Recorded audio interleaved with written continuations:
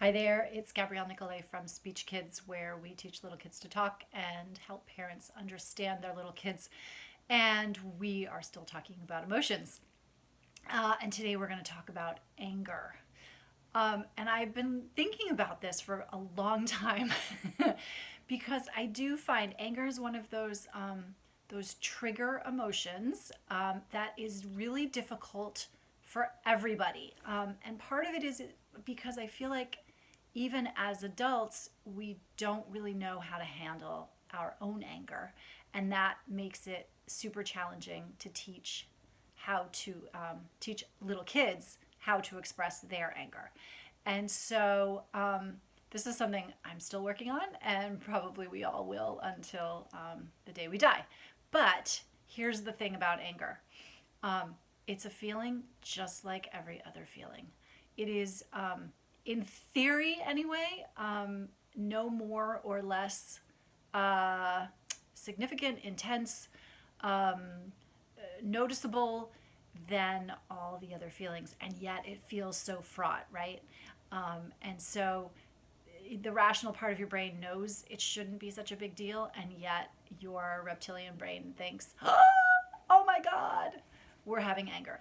And so when children get angry, which they will do because that's what they do, and because, let's be honest, they don't have very much control in their lives, and sometimes they're going to get mad about that.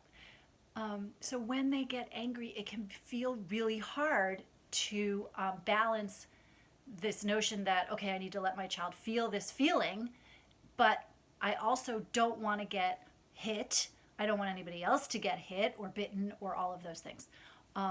And so anger, again, for better or for worse, is one of these complicated kinds of things.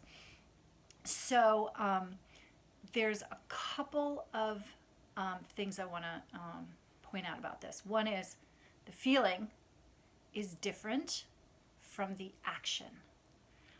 And this is like, if you take nothing else away from this video, this is like the most important thing. Because feelings are feelings.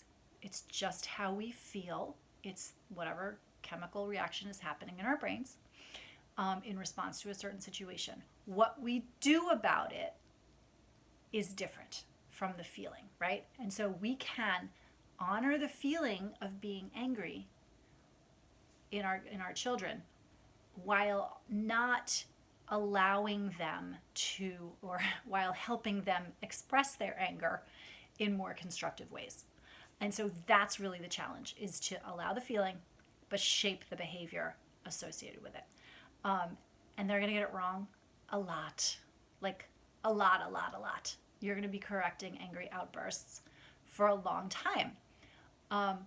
But here's the good news. The good news is when you work on your own response to anger, your kids will see that. And in some ways, what we do is way more powerful than what we say, right? And so when we have more positive ways of working through anger and positive ways of behaving when we are angry, our kids will take that from us. And so that's really the challenge, isn't it?